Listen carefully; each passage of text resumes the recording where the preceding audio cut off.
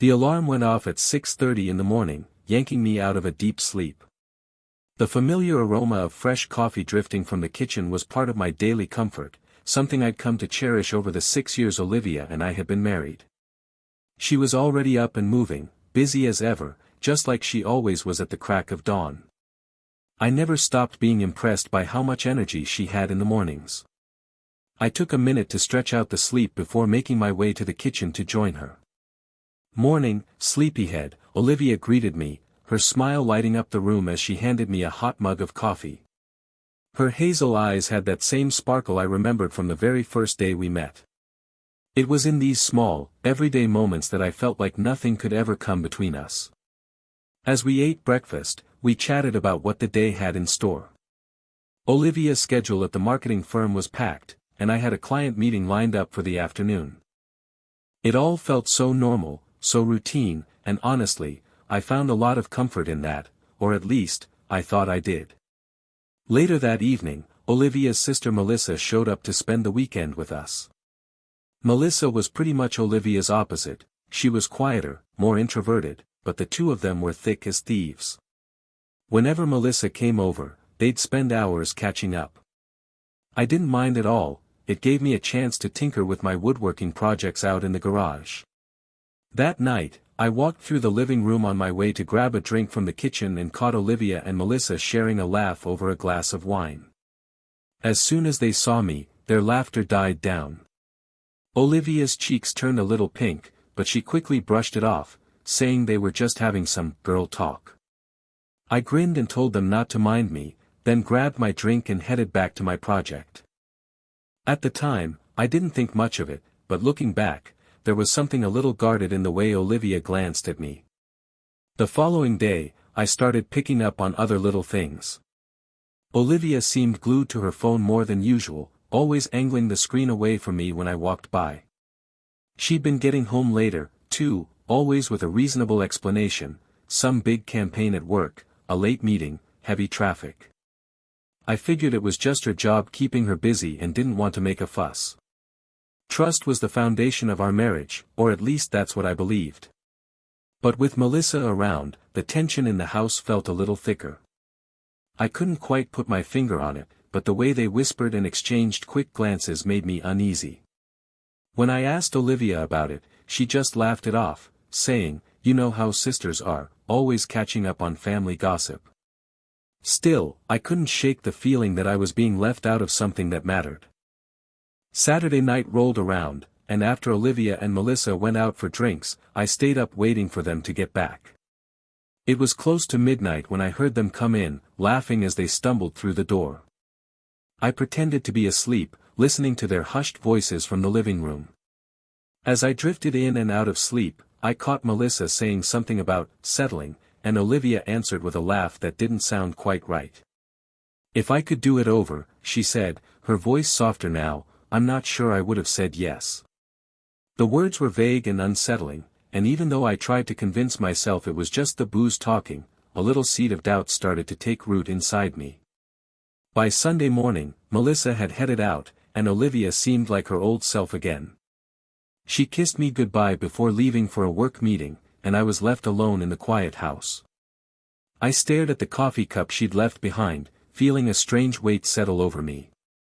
For the first time, I found myself questioning whether everything we built together was really as strong as I'd always believed. That it was late, one of those nights so quiet and still that the ticking of the clock seemed to echo through the whole house. Olivia had supposedly gone to bed hours earlier, or at least that's what I thought.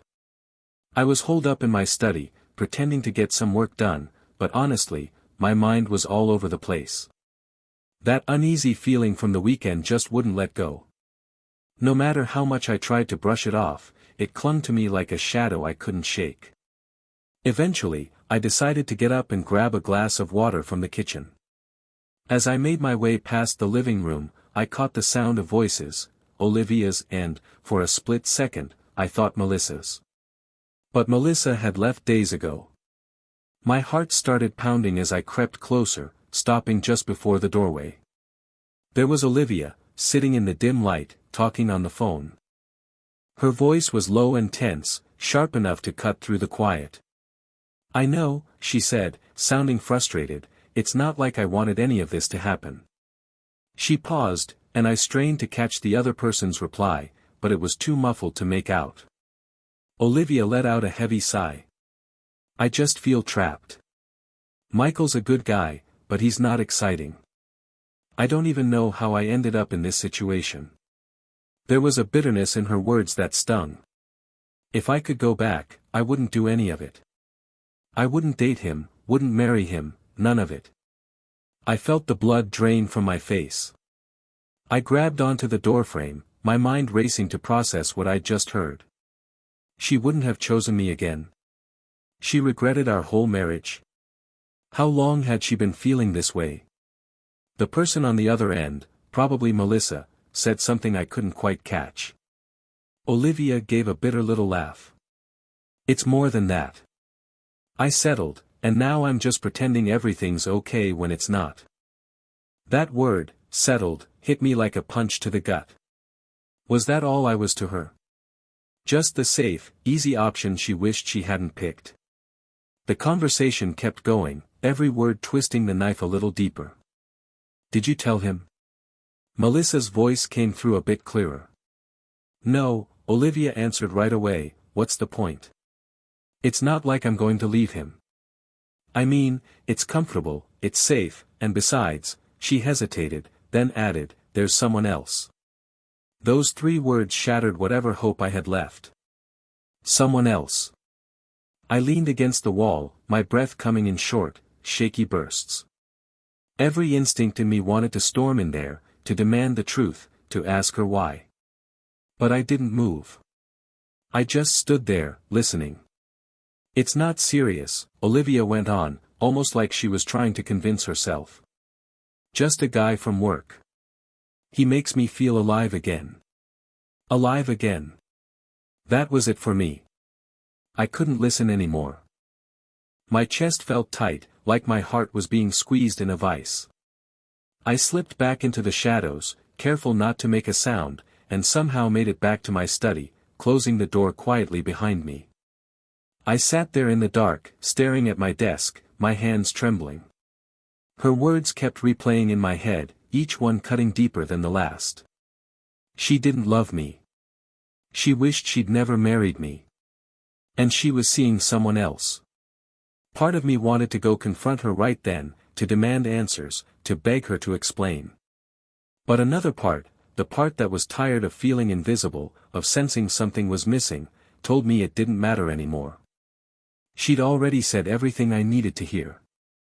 I stayed there for hours, frozen by a mix of anger, heartbreak, and betrayal.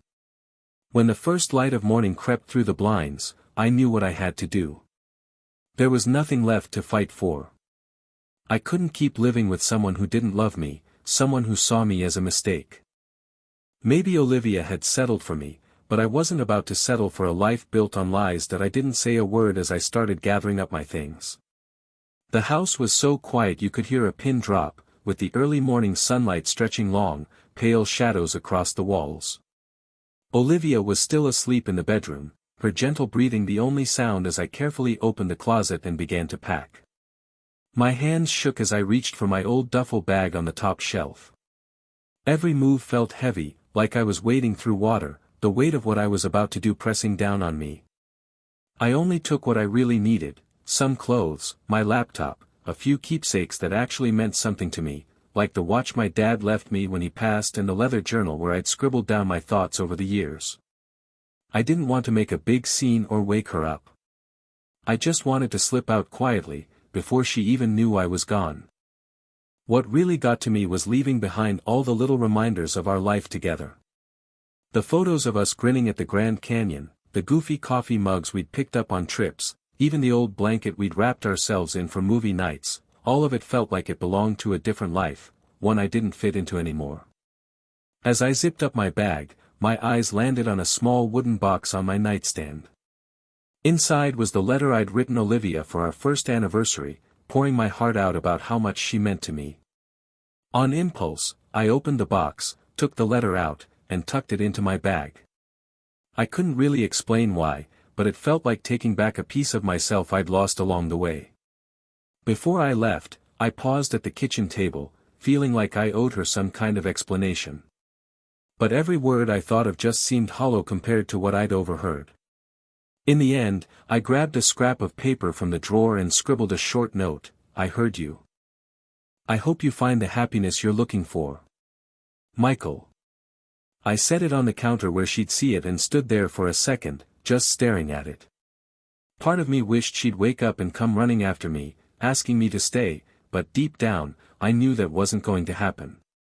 I turned and walked out the front door, the cold morning air smacking me in the face as I stepped outside.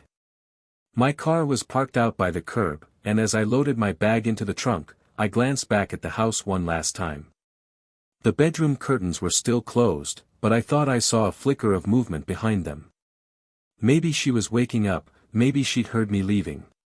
Either way, I couldn't let myself get caught up in it.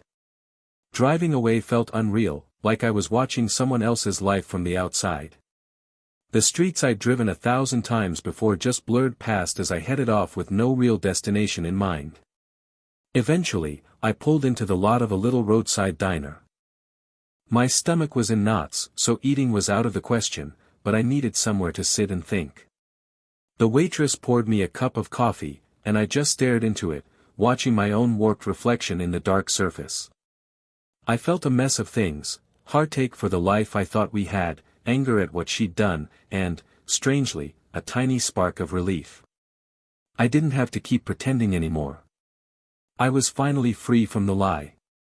By the time afternoon rolled around, I'd ended up at a plain old motel on the edge of town. The room was nothing special, small, with that faint bleach smell, but it was clean and, more importantly, quiet. I dropped my bag on the floor, collapsed onto the bed, and let the exhaustion wash over me. For the first time in what felt like forever, I let myself cry. It wasn't some big, dramatic scene, just quiet tears slipping down my cheeks as I stared up at the ceiling.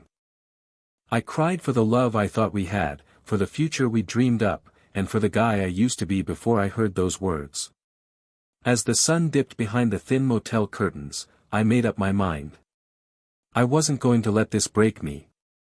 Maybe Olivia thought I was just the safe, boring choice, but I knew I was more than that. It was time to prove it, not just to her, but to myself, and to anyone else who ever doubted me. Tomorrow, I'd start fresh. The morning sun slipped through the flimsy motel curtains, casting a dull golden glow across the walls. I hadn't gotten much sleep, my body was sore from tossing and turning, and my mind was still a jumble, replaying everything I'd overheard and the life I'd just left behind. It all felt unreal, like I'd stumbled into someone else's story. But this was my life now, and I had to deal with it, whether I liked it or not. I made myself get out of bed, take a shower, and put on some clean clothes. When I looked at myself in the bathroom mirror, I barely recognized the guy staring back. My eyes were red and puffy, and the lines on my face seemed deeper than they had yesterday. I rubbed my face and took a long, shaky breath. This wasn't the end of my story, it was just the start of a new chapter, even if it hurt like hell. After checking out of the motel, I found a little diner down the road. The smell of coffee and bacon was oddly comforting, even though I still didn't feel much like eating. I slid into a corner booth, nursed a cup of coffee, and scrolled through my phone, trying to wrap my head around how fast everything had changed. Just the day before, I'd been at home, thinking about what Olivia and I would have for dinner. Now, here I was, starting over with nothing but a duffel bag and a heart that felt like it had been split in two. I decided to call Josh, my best buddy from college. If anyone could help me make sense of this mess, it was him. When he picked up, his voice was warm but concerned. "Mike, man, you sound off. What's going on?" I didn't sugarcoat it. "I left Olivia," I said, the words feeling heavier now that I'd spoken them out loud. There was a long pause. "Wait, what? Why? What happened?" I hesitated, not sure how much to spill. "She doesn't love me anymore. She's been seeing someone else." Josh let out a low whistle. "Damn, man. I'm really sorry." Are you alright? I was honest. I don't know. I just couldn't stay after what I heard. I couldn't keep pretending everything was fine. Josh was steady, the kind of friend who always knew what to say. You did the right thing, Mike. You deserve better. If you need a place to crash, my door's always open. I thanked him, but deep down, I knew I needed to figure this out on my own. Staying with Josh would just feel like hiding. I had to face this head-on and start piecing my life back together, one step at a time. The next few days were a blur of driving around, hunting for a place to live. Most of the apartments I checked out were either way out of my price range or too far from work. Eventually, I landed a small one-bedroom on the edge of town. It wasn't fancy, but it was a start. Signing that lease felt like a tiny win, a little bit of control in a world that suddenly felt upside down. Moving in was a whole different challenge. I didn't have much, just the clothes I'd packed and a handful of personal things. The apartment felt empty and cold, but at least it was mine. I made up my mind to fill it with things that reflected who I was, not the life I'd shared with Olivia. When the loneliness crept in at night, I found comfort in woodworking. I'd always loved working with my hands, and now it became my anchor. I'd spend hours in the cramped garage, sanding and shaping wood into furniture. The steady rhythm calmed me, gave me something to focus on besides the ache in my chest. Therapy turned out to be another lifeline. At first, I wasn't sure I needed it, but Josh kept nudging me to give it a shot. My therapist, Dr. Reed, was patient and steady, helping me untangle the mess of feelings I was carrying around. He helped me realize that my worth wasn't tied to what Olivia thought of me, and that her choices said more about her than they did about me. The toughest part, honestly, was fighting the urge to reach out to her. There were plenty of times when I wanted to pick up the phone, to ask her why, to demand some kind of explanation. But deep down, I knew it wouldn't make a bit of difference. She'd made her decision, and I'd made mine. Little by little, I started to feel like myself again. I threw myself into my job, spent more time on my hobbies, and even started reconnecting with old friends I hadn't seen in years. It wasn't always easy. Some days, the weight of it all felt like it might crush me, but I just kept putting one foot in front of the other. I had no idea what the future was going to look like, but for the first time in a long while, I felt a tiny spark of hope. This was my life now, and I was determined to make something good out of it. A few weeks slipped by after I left Olivia, and while the pain was still there, it had faded into something I could live with. I'd settled into my little apartment, filled it with a few pieces of furniture I'd made myself, and was starting to get used to my new routine. Work kept me occupied, and therapy helped me sort through the mess in my head. Still, I couldn't shake this nagging question: just how deep did Olivia's betrayal go? I got my answer on a quiet Sunday afternoon, out of the blue. I'd just come back from the grocery store when my phone buzzed. It was a text from Melissa. I hadn't heard from her since the night I walked out, and seeing her name pop up brought a rush of mixed feelings. "Hey, Michael, can we meet? I think there's something you should know," she wrote. My chest tightened as I read it. After a minute, I replied, "Sure. When and where?" We agreed to meet at a coffee shop downtown. I got there early, nursing a cup of coffee and staring out the window, trying to guess what she might want to say. When Melissa finally walked in, she looked uneasy, her eyes scanning the room until she spotted me. She gave me a small, nervous smile and slid into the seat across from me. "Thanks for coming," she said, wrapping her hands around her mug. "So, what's going on, Melissa?" I asked, keeping my voice steady. She took a shaky breath. "I've been feeling guilty ever since you left. I need to be honest with you about what's really been happening." My stomach dropped. "All right. Go ahead." Melissa hesitated, then started talking fast, like she was afraid she'd lose her nerve if she didn't get it all out. "Olivia's been seeing a guy from work. His name's Brian. It started a few months back. At first, it was just harmless flirting, but then it turned into something more. I clenched my jaw, my hands gripping my coffee cup a little tighter.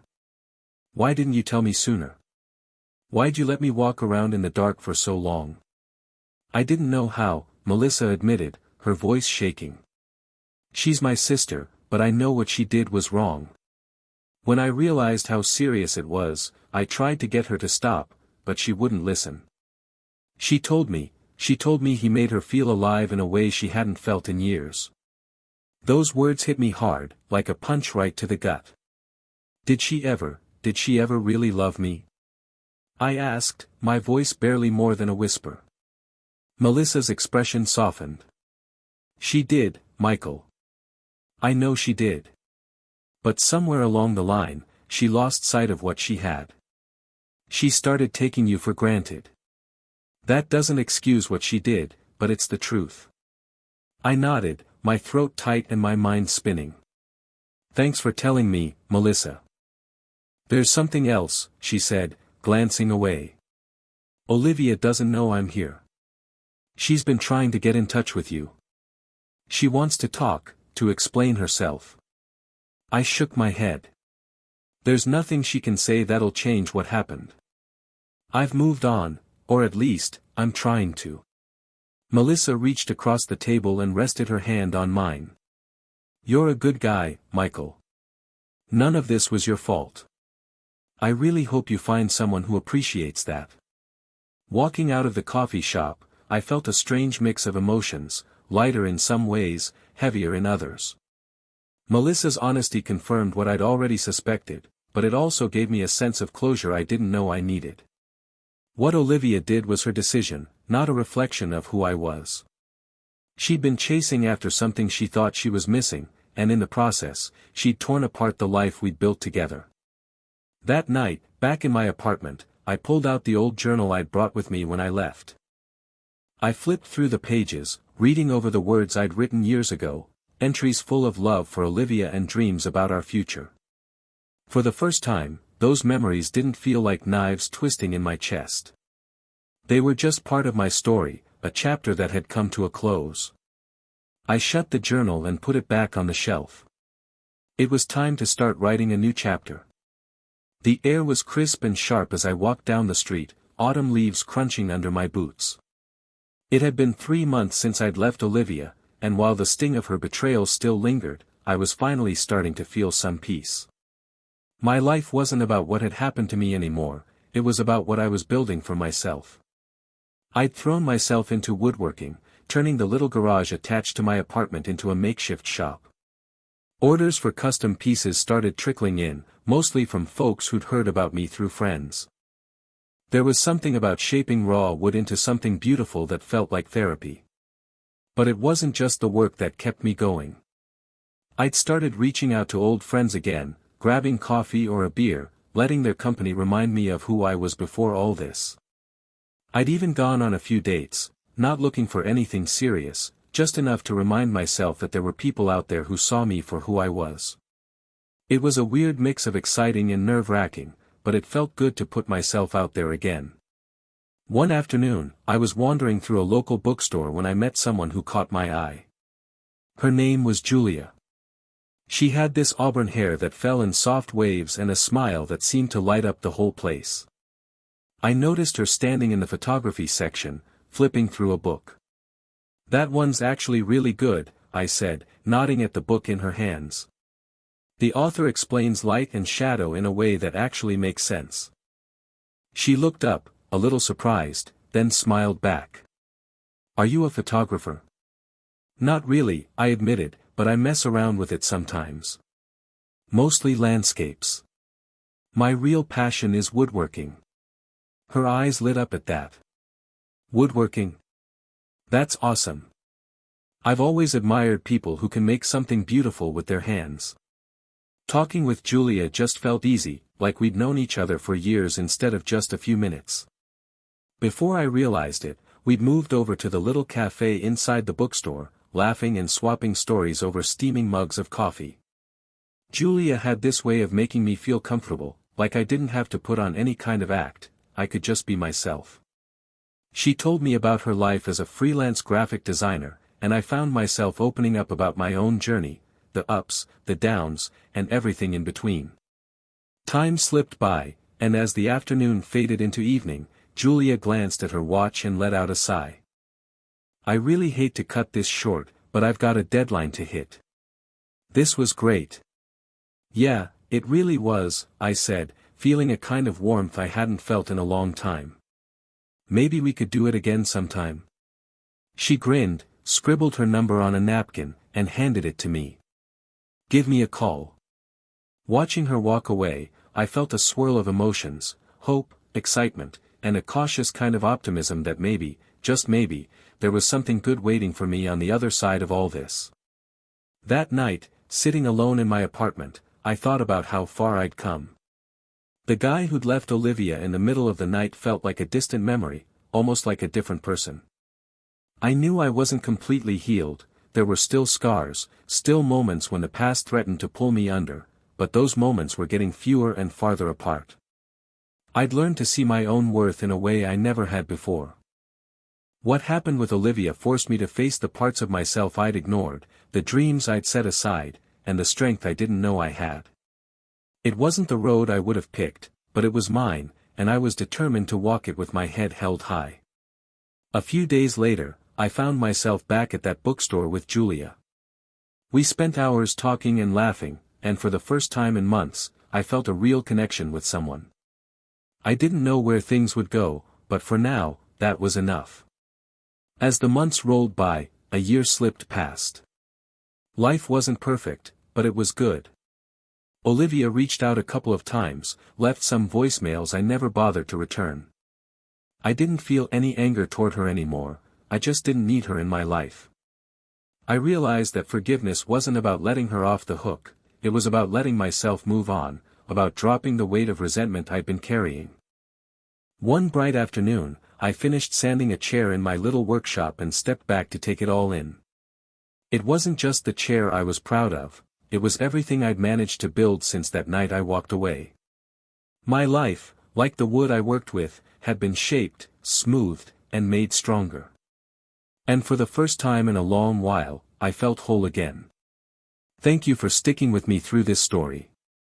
If you enjoyed it, I'd really appreciate it if you hit that like button. It only takes a second, but it means a lot.